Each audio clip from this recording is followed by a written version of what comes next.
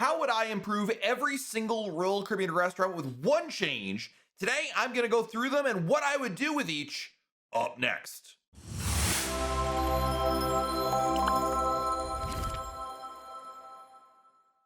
Hey everyone, it's Matt from RoyalCaribbeanBlog.com, and eating on a cruise ship is one of my favorite things to do. In fact, going on a cruise vacation is about the places I visit and the places I'll also eat. I just love eating on vacation. It's part of the enjoyment for me, and I think a lot of people enjoy dining on a cruise as well. But the other day I was thinking to myself, how would I improve every single restaurant with just one change? Originally, I think I was envisioning one particular restaurant. I don't remember which one it was at the time. But then I thought, well, I think every restaurant could improve. I mean, there's always room for improvement. But what is one change I would make in every single restaurant? We're going to go through these over here. And for the purposes of this video, we're not including Icon of the Seas yet because we haven't had a chance to dine there. But we're going to include all the other restaurants we can possibly eat at, starting with an easy one. How about the Boardwalk Dogghouse?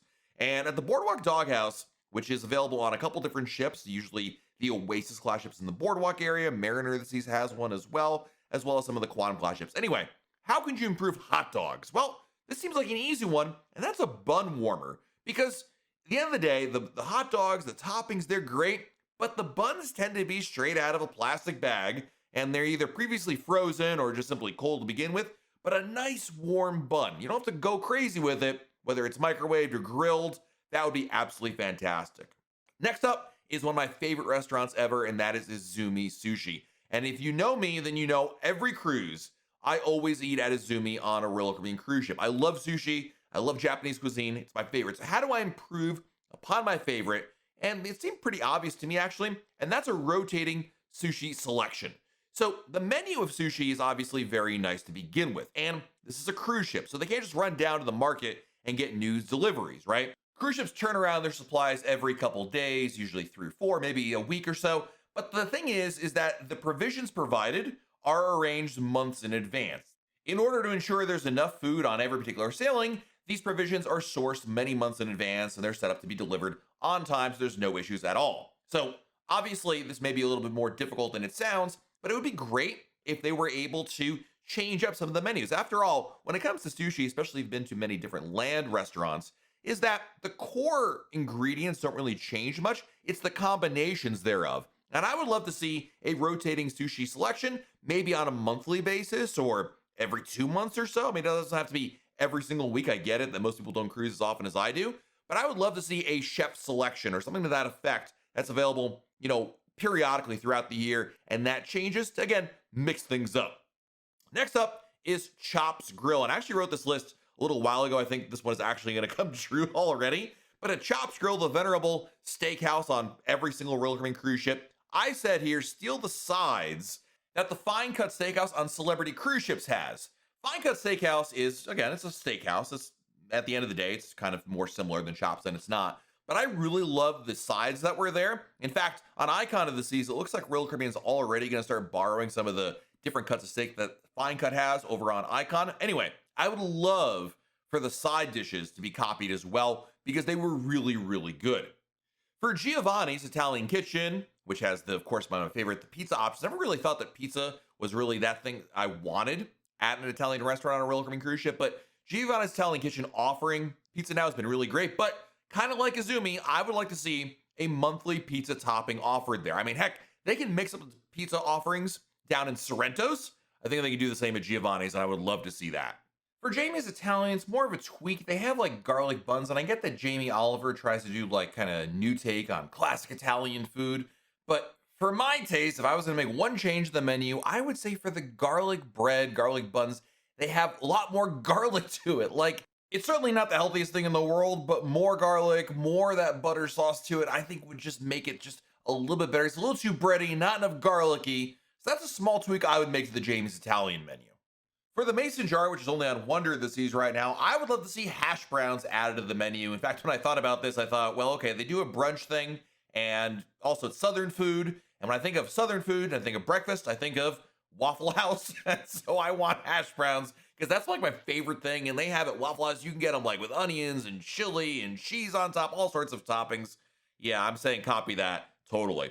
For 150 Central Park, which is the Nouveau Americain, restaurant on Oasis class cruise ships, I would love to see them bring the salts back. So back in my day, when 150 Central Park was first out there, they had a different selection of salts. And if this doesn't sound like it's a really big deal, it's because you didn't try it yourself. They had all sorts of flavors. It really added something to it. And I get that 150 Central Park was the creation of a celebrity chef, Michael Schwartz, and Royal Caribbean, and that partnership kind of ended. And I'm guessing the salt may have been his thing. But I feel like there's a way that they can kind of beg, borrow, or steal that idea and bring that back. I would love to see that. Next up is Wonderland, and I really struggled with coming up with an idea of how to improve this because the shtick of Wonderland is arguably more important than the actual food being served here. But I thought about what really makes Wonderland special, people really like about it, and that is that shtick. So maybe adding a magic component to it. I'm not saying you have to do a magic show, but having more of the magic tricks, because I think that the food and the way that they make things look different is certainly good and good enough. But I think maybe having the servers do or incorporate a little magic trick, especially for families, that'd be a really nice change. Ultimately, I would prefer if the food at Wonderland was a little more enticing, that I'd want to be like, hey, I want to go back specifically for the food. I'm not sure of a way, I can't think of a way to make that happen. Let me know in the comments if you have a better idea than I can come up with. But I thought magic might be a way to kind of make that a little more interesting. Sometimes we've seen in the main dining room, servers come up with little magic tricks for kids, and I always thought that was a neat idea. So I'm going to use magic as my suggestion for Wonderland.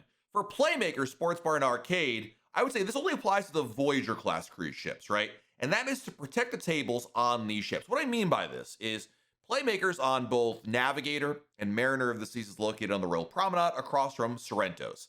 And it's a great location, except for the fact that a lot of people end up staying there and just hanging out. And there's a lot of spillover from folks from Sorrento's, people from Cafe Promenade, people just passing by. And the problem is, if you actually want to go there for a meal, it can oftentimes be difficult to get a table because people have just taken over the tables for social conversation, in the same way that they take over the same tables over at Cafe Promenade. And that's okay at Cafe Promenade, but at Playmakers, where you want to go have a meal there and pay for a meal, I feel like they should have priority for folks who want to have a meal there. So I'm going to say that as my suggestion for Playmakers.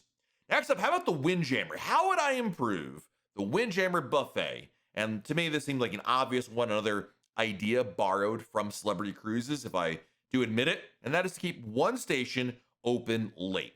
So this has been kind of a mantra I've been on for a long time, but I really would love Royal Caribbean to offer more food later in the evening. Once you get past about 9 o'clock or so, the amount of choices to eat food beyond like a slice of pizza, I'm talking like a meal here, really dwindles down to just like, Sorrento's Pizza and room service and whatever they got in Cafe Promenade, right? I want more than that. And I get that you can't staff up the entire buffet for, many more hours later. I would love for that to be the fact, but it's not the case. Anyway, I digress. So I think what makes more sense is to keep one buffet station open at the Windjammer every night. They can change up which one it is, have a couple of options there. It doesn't have to be a massive smorgasbord, but I think having a little bit of extra food there would really add to the value, because ultimately a lot of people are looking for something more to eat than just pizza or room service once you get past 9 p.m. For the main dining room, which is again another favorite place to eat at, I'm going to say one rotating item for especially restaurants each night to encourage people to try it. So go with me on this one. So Royal Caribbean, for-profit company, they're always looking to, get sales up there, right? Wouldn't it be cool if every night there was one item from a specialty restaurant that you could order in the main dining room that was complimentary, with the idea that it would entice you to try that specialty restaurant? Specialty dining is a popular choice, but some people will avoid it for a couple of different reasons. Maybe it's cost, maybe it's because they're not sure what the food entails. But by offering a little taste, a little sample, if you will, I think that would really go a long way to help folks get a chance to check that out. Other people may just simply enjoy the sample and then move on and never consider that, but I do think that would help spur sales for specialty restaurant dining and improve the main dining room experience overall. For Sorrento's Pizza, I'm going to make this pretty easy. How about just make bigger slices? Now, I know this. You can get definitely more than one slice at Sendos Pizza. I get that. The thing is, there's something about a bigger slice of pizza that really stands out. In New York City, which is one of the best places to get a slice of pizza out there, you get giant slices like the size of your head. We don't need to go necessarily that big, but I do think there's more value in offering bigger slices. There's just something about it. Maybe it's a mental thing. Maybe it actually does taste better. But I think offering bigger slices would be an easy way to make that work. For Cafe Promenade, this one I thought about for a while, and then it occurred to me, because how about mobile ordering in the app for coffees? Obviously, there's never much of a line for the snacks and what have you. They have food. But man, if you're ever at Cafe Promenade between the hours of like 8 a.m. and 10:30 a.m., the line for specialty coffee there can really get long. And Royal Caribbean has been doubling and tripling down with its Royal app improvements. So I would love to see mobile app ordering where you can say, I want to order, this drink and this coffee drink, and I'm going to use my diamond drink, or I'm going to pay for it via my CPass card. Anyway, have that ready for me at 9:30 a.m. and it'll be there. I'm not sure if they necessarily need to get to the level of Starbucks where you place the order and it tells you what time to come pick it up, or you just schedule it ahead of time. But my goodness, I would love the ability to pre-order ahead drinks at Cafe Promenade, because that is oftentimes a very long line in those mornings, especially on C days. For a Hooked restaurant, which is the seafood, New England style seafood restaurant, I would copy the Cocoa Beach Club restaurant menu. Man, I can't tell you in words how much I love the Cocoa Beach Club restaurant over at Perfect Day at Cocoa Key. Now, the Cocoa Beach Club restaurant is one of the benefits of going to the Cocoa Beach Club. And the Cocoa Beach Club price, well, it ain't cheap these days. You're probably paying well over $100 a person, sometimes even as much as $200 a person, if not more. Anyway, I digress. We're not going to talk about that. We're talking about the awesome menu they have there, which is heavily dependent on seafood. And I would love to see Hooked just beg, borrow, and steal that menu, because I think that would really improve the Hooked menu overall.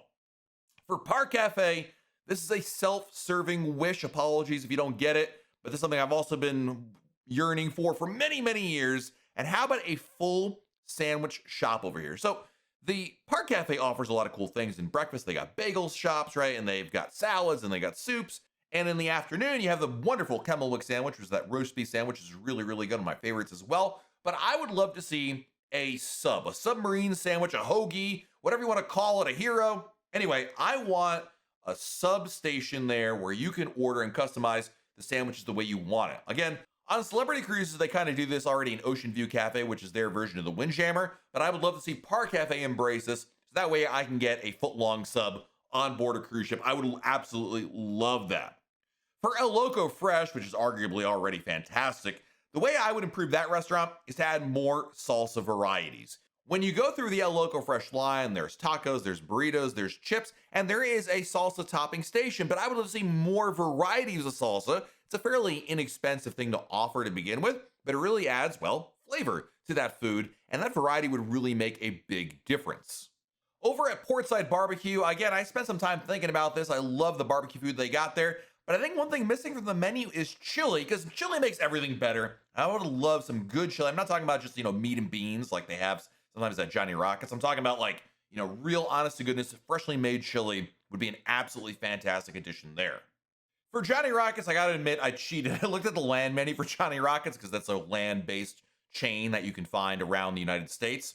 And I wanted to see what they had there and that Royal Caribbean doesn't have. So I'm gonna say for their veggie burger, which is made out of Boca Burger on Royal Caribbean cruise ships, I want to see them embrace the Impossible Burger, because that vegetable-based meat is way better tasting than the Boca Burger will ever be. A specialty restaurant that's probably on its way out as soon as the ships get refurbished is Sabre Modern Mexican, available on 3 ships right now: Harmony, Allure, and Liberty. And since I'm guessing, and I'm pretty sure on this, by the way, that Sabre is on its way out, Royal Caribbean will replace it with other concepts, I'm simply going to say take the margarita menu and save it. Be able to copy that menu, put it somewhere else. I would love to see that menu live on in another form or fashion, because that was one of the best things about Sabre. So I'm not going to improve on the menu. I'm simply going to give it a lifeline to live on in another form.